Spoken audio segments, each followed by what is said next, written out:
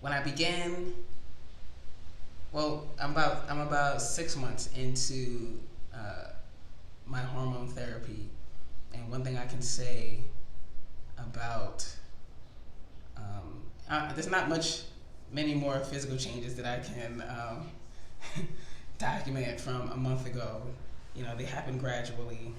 I'm not sure. I feel like my voice might be slightly lower. I might be a little bit tired. It's about 9 o'clock. I know that's not technically late, but I'm an early riser, so it's somewhat late for me. Um,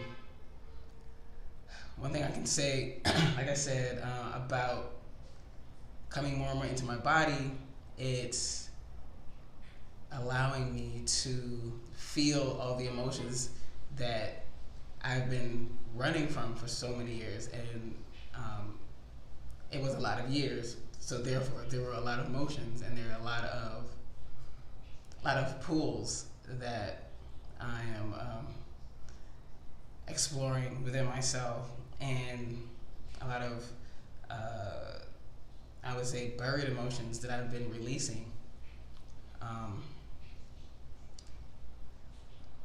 it's also the other thing about the transitioning is it's like the further and further I step into myself, the further along I'm moving into this newness, this new version of myself, the more I'm able to have hindsight.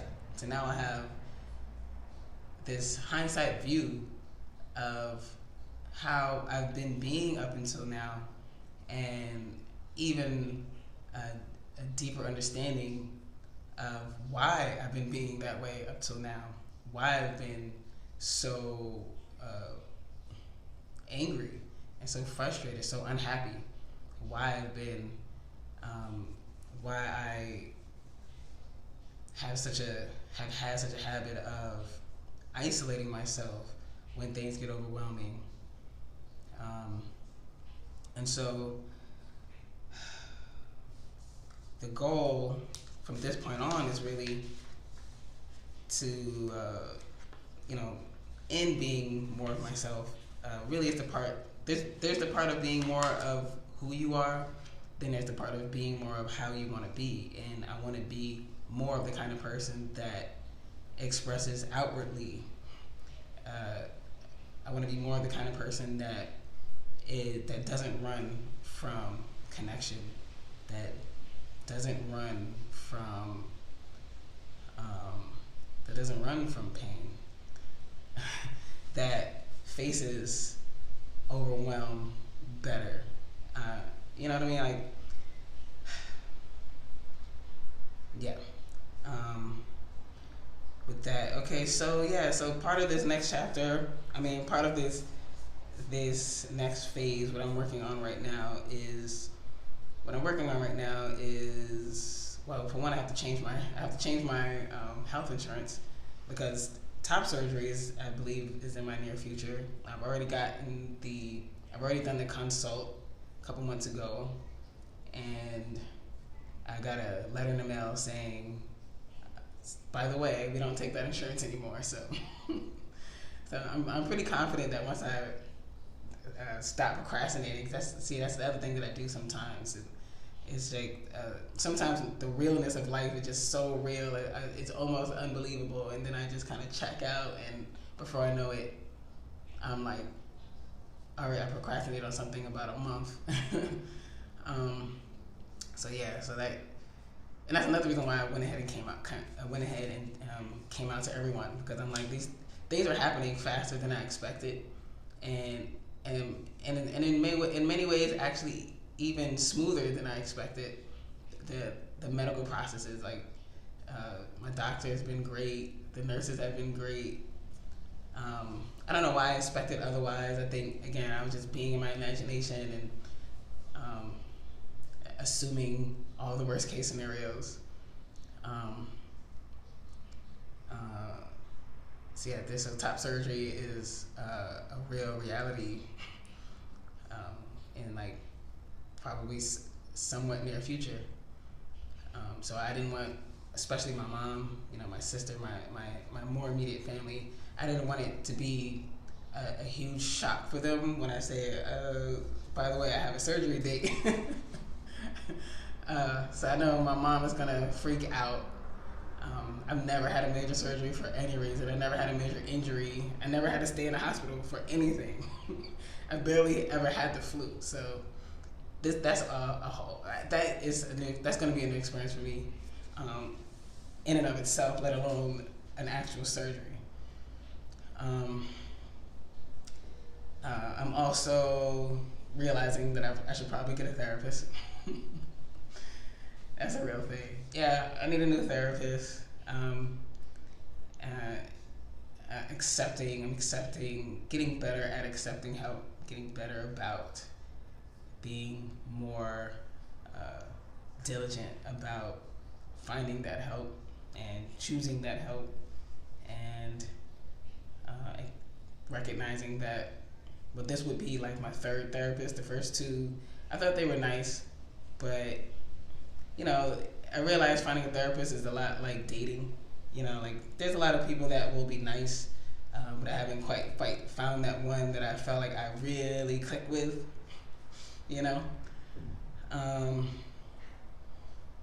And I'm also looking to explore more ways to help me get settled into my physical body. This week, I finally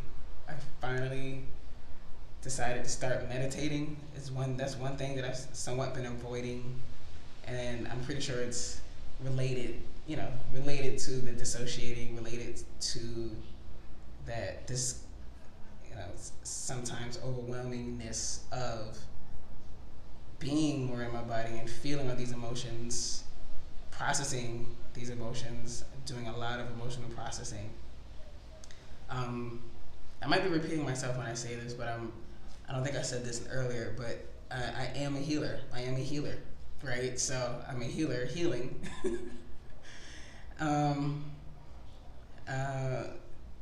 I do my healing work through astrology, tarot cards, all that new agey shit. No, really. I work with singing bowls, and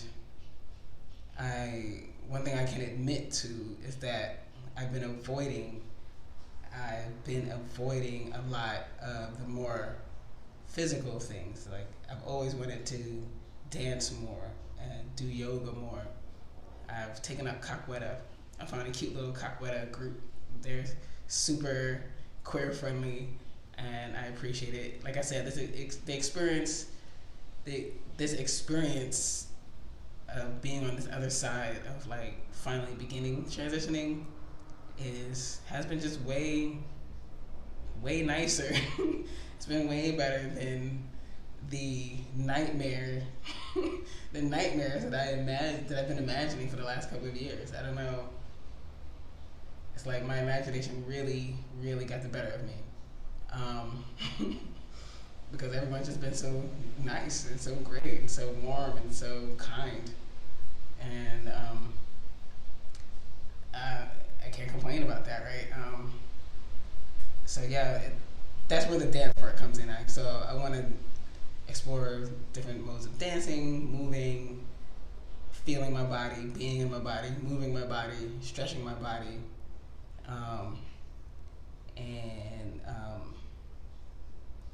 just seeing what's on the other end of those feels.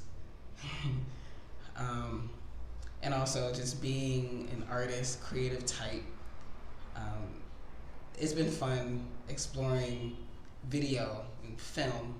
I hated taking pictures for a long time. I still don't necessarily care for seeing myself on camera. However, that's also kind of helped me to be more present in my body, is like actually watching myself in this video, because it's like I spent so many years avoiding mirrors that there was a large period of time where I literally felt like it was like the frustration of not being able to see myself, right? Because the body you're in is not who you imagine yourself to be.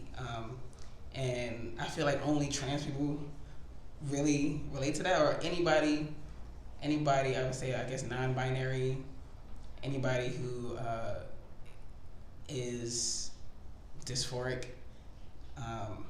It's like no one else understands that when I say I can't see myself. I can't see myself. I can't see myself. I feel like I'm just walking around, I'm moving around. I'm this energy just walking around, moving around. Sometimes I didn't even feel like I had a body. Like I was just existing, while at the same time I was resisting seeing myself. So it's like the very thing I needed to see and feel, I was avoiding it. Because I suppose it was probably related to my avoidance of the emotions that I didn't want to feel, right? And I'm pretty sure it was also related to these worst case scenarios that I would imagine, that I would imagine, like the awkwardness of going to a dance class and there's a man in women's bathroom. It's like, I just want to dance. I had an experience. Someone invited me to do some salsa dancing once. I appreciate it, and it was great. I'm just telling a story for the sake of, okay. Salsa dancing, so it's partner dancing. And I'm a pretty decent dancer, and so I'm feeling pretty good. I'm feeling confident. I'm getting the steps down. They're teaching the whole class. And then they go, okay, everybody, the followers on this side, leaders on that side. Followers on this side, leaders on that side. So they didn't necessarily say men on this side, women on that side, but what do you think everybody did? All the guys went to this side, all the girls went to that side. So I got on the side where the guys are. And they looked at me like, so I was like, and for the number of people that was there, it was actually more even for me to be on the girl side. So I ended up spending most of the day dancing with a bunch of guys. Now, this is going to be real awkward when they realize later, but I don't know. So now, I don't feel like, I'm not sure I even want to ever go back there. Because then they're going to be like, oh. Right? It's just moments like that is the reason why I would kind of avoid it. But I got to stop doing that. Like, there's plenty of queer-friendly spaces out there. And, so that's part of this next chapter. So I did a little meditating. I've been doing some like yoga in the house. I've been exploring some mantras, which I'll share sometime in the future. I'll start sharing more of. Well, that's the goal here. Is like sharing more of the things that I've done that's helped, and just sharing with you as I'm exploring these new modes of moving my energy, aligning my energy, and whatever else, right? So like, really, the ultimate goal. The goal is to keep going, right? Really, the goal with this channel for me is to keep doing it, and have some vague ideas about how I would like it to evolve. However, for me, it's the real goal is the connecting. So I look forward to the new connection. I'm looking forward to meeting many of you all, quite frankly. Feel free to comment, to like, to say hi. If you have a YouTube channel, feel free to share those. That'll be great. Let's see. Yeah, I think that's the bulk of it today. And again, I appreciate anybody who's returning. I appreciate those who may have just found me for the first time. Feel free to follow. And again, feel free to say hi, to leave a comment, leave some feedback. I'm even open to suggestions. I won't promise that I'll take everyone's suggestions, but I like suggestions, and I like connecting with people. So feel free to share your Instagram pages and things like that. I'm down for making friends all over the world. Like, that's something I actually look forward to doing too. And yeah, thank you. Peace.